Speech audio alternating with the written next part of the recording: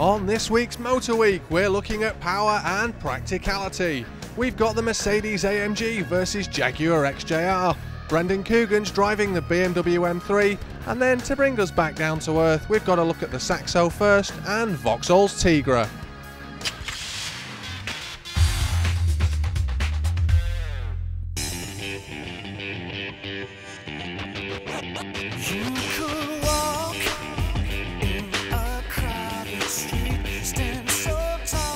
In their natural environment, commuters. But whilst you and I just see busy people leading serious lives, the motor industry sees this.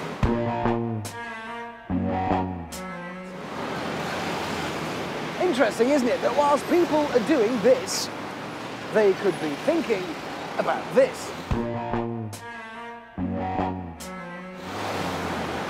Which does rather explain the existence of cars like this.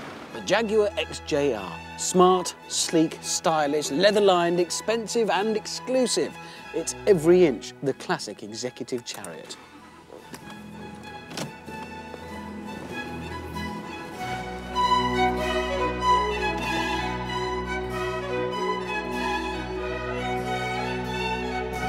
But underneath this smart, civilised suit, there lurks something more sinister. A snarling 4-litre V8 pumping out 370 brake horsepower. Like that, come on! Like that,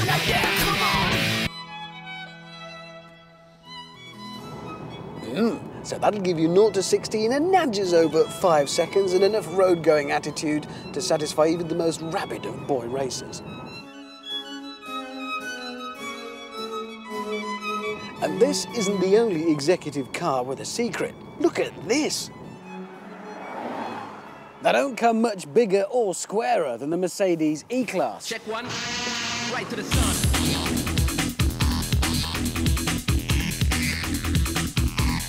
Right to the sun. Just born to grace the director's slot in the company car park and the chairman's slot outside the golf club. But this, like the Jag, has something kinky on under the suit.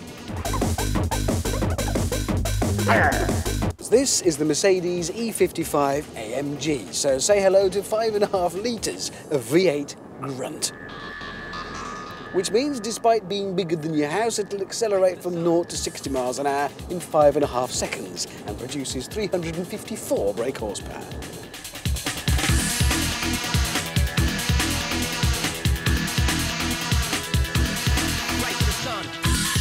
Doesn't really hide its secret that well. 18-inch alloys, ultra-low profile tyres and twin tailpipes are a hint.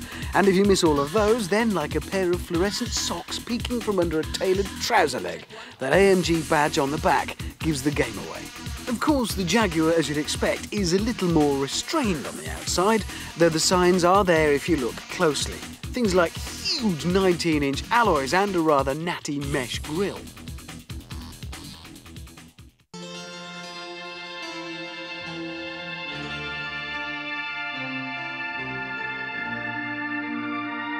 Despite all the souped-up shenanigans, it is still every inch a Jaguar. This is definitely Daddy's car. There's a real sense of occasion about it. I feel comfortable and capable of going extremely quickly.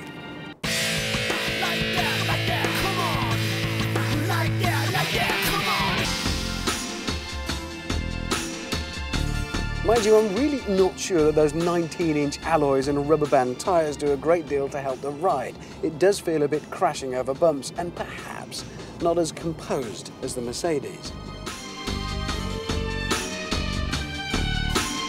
Right to the sun.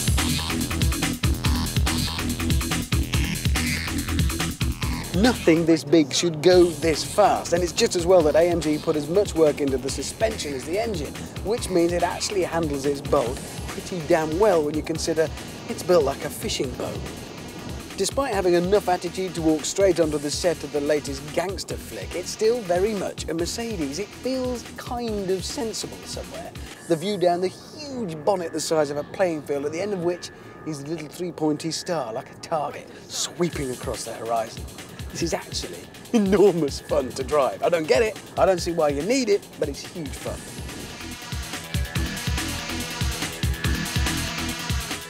When it comes to the interior of the Mercedes, well, in a car that costs money more familiar in an estate agent's, you'd expect something a bit more special. It is terminally bland, though I suspect it will last incredibly well. Check one.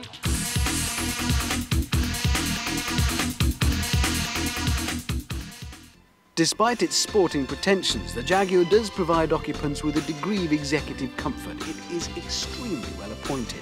Leather and fairly convincing plastic wood abound. There's a huge sense of occasion from the moment you open the door and climb in.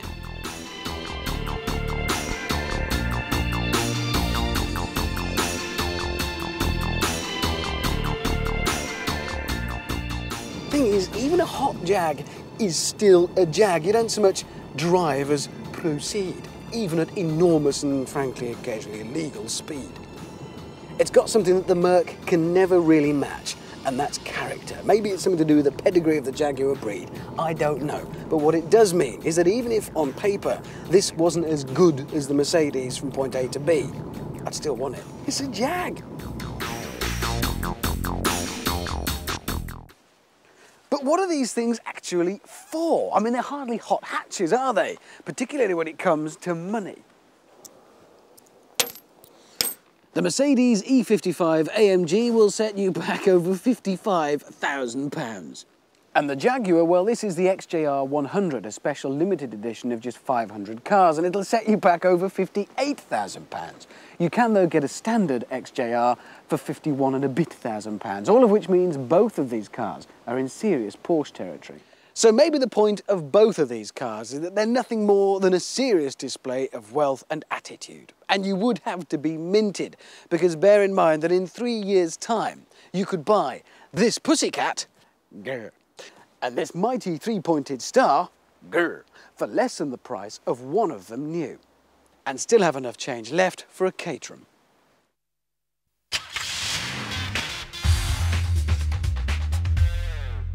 There are many cars that claim to be true sports cars, but how many can point to a heritage as rich as that of the BMW M3?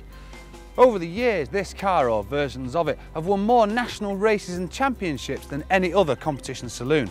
This is the third generation M3. Visually, this latest M3 is much more aggressive than its predecessor. Sitting on low-profile 18-inch tyres, the M3 is an inch wider than the average 3 Series, and at the front there is an enlarged air intake with spoilers front and rear. Overall, the new M3 looks fitter, faster and perhaps more importantly, meaner than ever. But unlike most other sports cars, the M3 is remarkably practical, although obviously being based on the 3 Series obviously helps. In there's enough room for all of the family, providing of course you've only got 2.2 children, and the boot is cavernous for even the most demanding of shopping trips. But looks and badge will only get you so far, so as we always say, the car looks great, will it go great? Well, actually, you and I both know that it goes great, but somebody's got to do it.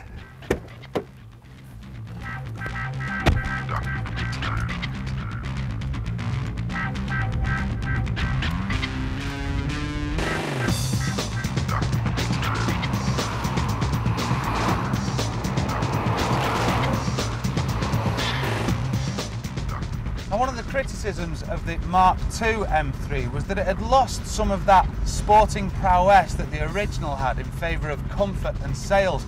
But what you can say about this latest generation M3 is that it combines both beautifully, performance and comfort. Performance for the M3 is quite amazing. The 3.2 litre 6-cylinder inline engine can push the car to 60 in just over 5 seconds.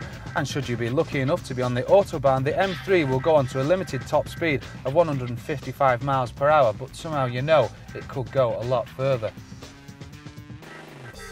Now, the M3 is more than just an engine. It is, of course, the overall package.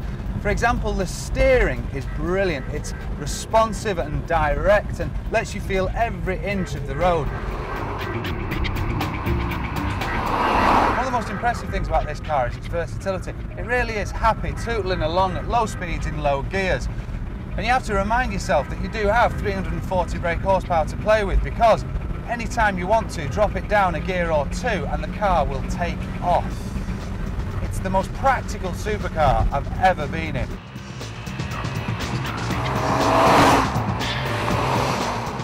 Demand for the original M3 was higher than expected, with around 16,000 models being sold. Its successor, the more polished Mark II, sold over 77,000, and this success looks like being matched by this latest M3. But with popularity come high residual values, so don't go expecting to find a cheap second-hand model, because you won't. Now, the interior of the M3 is a bit more boardroom than lounge room. It's all black and leather, very typically BMW. But there are a few clues that you're driving something a bit special. The M is on the dash, and the steering wheel, and on the gear stick. And at night, when you've got your lights on, the gear stick illuminates with a nice little fancy pattern. What I really do like is the digital rev counter that tells you basically when the car is warm and ready to be driven hard. When you turn it on first thing in the morning, the red line only just goes up to 6,000 revs, indicating take it easy. But then when the car is warm like it is now, the red line is right up at 8,000 revs, which says one thing to me, and that's go.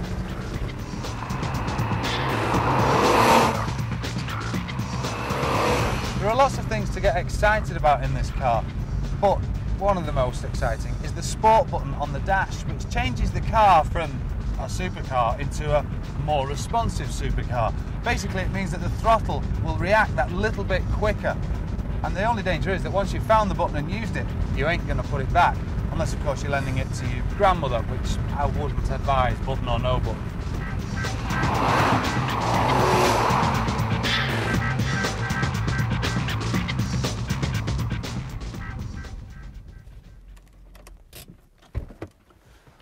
All in all, it's easy to see why the M3 is so popular. Not only does it have incredible performance, handling and good looks, but it has that all-important sporting pedigree. And I think it's a real rival for the Porsche 911. So the only question remaining is what to do with the £21,000 that you've got left over.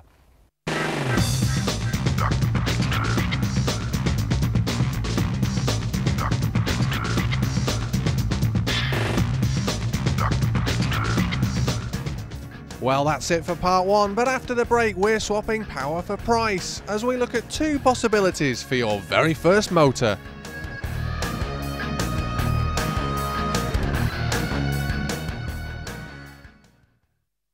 With all of the sports, performance and luxury cars that we feature on Motor Week, it's very easy to forget your roots, your very first motor. Because unless you were very, very special and mummy and daddy bought you a Porsche for your birthday, chances are your first motor is something like this, a Citroen Saxo first. It's got a tiny engine, tiny insurance group, tiny fuel consumption, but has it got tiny driver appeal for someone just out of L plates? Well, for this, I need a volunteer. I need a student. Presenting AJ. AJ, mate, have a look at the car. No more L plates, no driving instructor. You've got the freedom, you're out on your own. The open roads, what do you think? It's all right. I should point out at this stage that because AJ is quite a young student, he hasn't yet fully developed the ability to speak or express himself. So although he's going to be testing the car, I'll be giving him a helping hand. Right then, AJ, let's go, it's drive time. Do we have to? AJ, get in the car and pick your feet up. Ever since its release, which has been a good few years now, the Saxo has been hugely successful and normally generates a deal more enthusiasm in young drivers than AJ's expressing. Powering the Saxo first, we get a 1.1 litre engine and it puts out about 60 brake horsepower, which isn't a great deal, but 0 to 60 time isn't that bad. I think about 12.5 seconds, but our students are never ever in a rush. That won't be a problem to them. Will it, AJ? See what I mean? One of the first best features is that it looks very similar to the Pocket Rocket Saxo VTR model, which gives you plenty of street cred. It's quite roomy inside for a little car, and you can easily drag 4 angst students away from the uni bar in it. So what do you think to these corners then, AJ? It's all right, I suppose.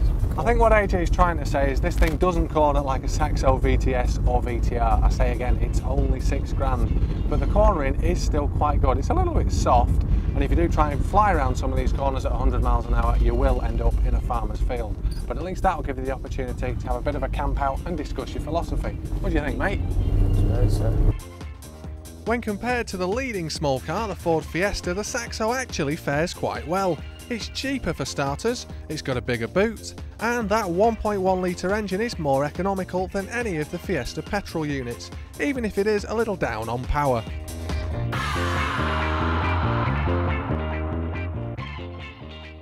Now, one of the biggest problems that any young motorist is going to face is insurance costs. Look at that water wet behind the ears. And for any car, even this, a Group 3, is going to be expensive. What did you get on the phone, AJ? 1,600 quid. 1,600 quid. Now that was a fully comp, but still quite a lot of money when your car's only costing you 6 grand. But what a lot of companies are now doing is doing introductory 1 and 2 year terms for young drivers where they actually pay your insurance. Although they only actually insure the car, not you, it lets you get started and does let you get out on the open road into something that's not a banger. Now, with this being an entry-level Saxo, don't expect too many whistles and bells for your 6 grand. You get a driver's airbag and that's about it. There's no sunroof, no electric mirrors and windows, and no power steering, which means poor AJ here has got to do a lot of work on the bends. Oh, bless him. But one thing you do get that is quite impressive is the stereo system. It's fairly basic, only a cassette player, 4 speakers, but it sounds really good and it makes AJ do this.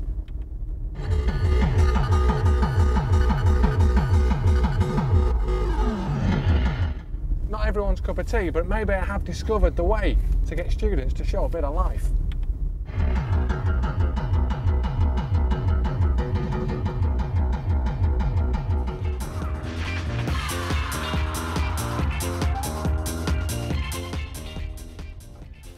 There you go, AJ. That wasn't so bad, was it? I bet you need a sleep though after all that driving, don't you? Oh, cheers, AJ. What do you expect from a student? So maybe when I passed my test all those years ago, if you didn't spend a fortune on your car, you could end up with a real dog. Well, at 6 grand, this Saxo First is a cracking car and it's great value for money. But AJ, it's over to you. Tell me, tell the viewers at home, you've had it all day. Fit the words together. Tell us what you really think about it. Well, I think Albert Einstein summed it up best when he talked about his theory of relativity. Quite what it's got to do with the Saxo, I don't know. But he said when you're talking to a girl for 2 hours, it only seems like 2 minutes. But if you're sitting on a hot stove for 2 hours, it only seems like...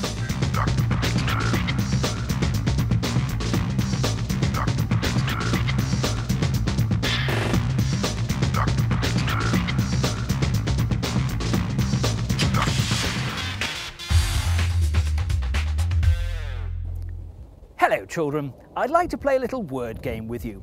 I'd like you to think of as many words as you can to describe this car. Cute. Stylish. Small. Cuddly. And girly. Now that's the end of the word game, but what does it reveal? Well, that the Vauxhall Tigra very definitely gets the thumbs up.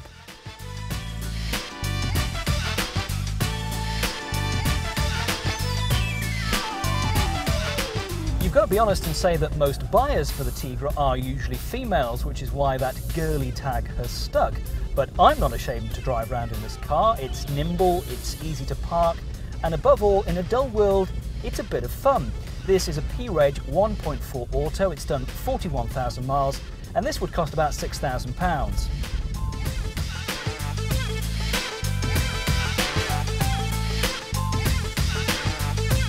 So, what's available in the Tigra range? Well, to say it's limited is rather an understatement. Just 2 engines to choose from, a 1.4 or a 1.6, plus you can have a 1.4 Auto like this. 89 brake horsepower for the 1.4, 104 for the 1.6. Problems on the Tigra to look out for? Well, make sure electrics work like the windows and the mirrors, and there are no water leaks in the boot. In 1997, there was a recall to check a faulty cam belt idler pulley. See if the one that you're looking at had that checked.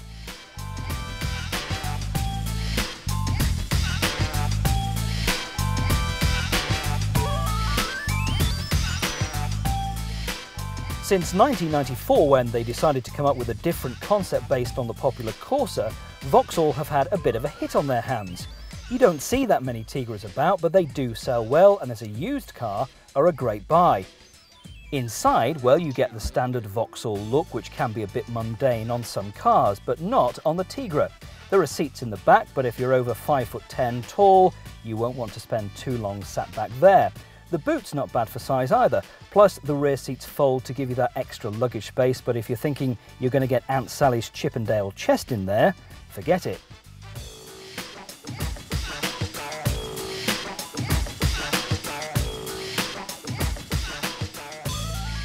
Once you get out on the road, this is actually quite a pleasant car to drive. The steering is sharper and more responsive than on the Corsa, and even this 1.4 auto still feels fairly quick. Equipment levels are high too. We've already mentioned that it's got electric windows and electric mirrors. Plus this has got power assisted steering, it's got a driver's airbag, it's got an electric sunroof, and you get alloy wheels on the 1.6 model.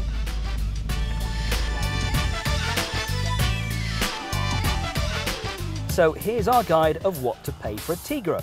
An M-Reg car, a 1.4 auto with 60,000 miles, around £4,000. An R-Reg 1.4, 31,000 miles for £7,000. An N-Reg 1.6, 39,000 miles for under £6,000, or an X-Reg 1.6 for £10,500. Plus, there are also a few special edition models around with some nice extras on.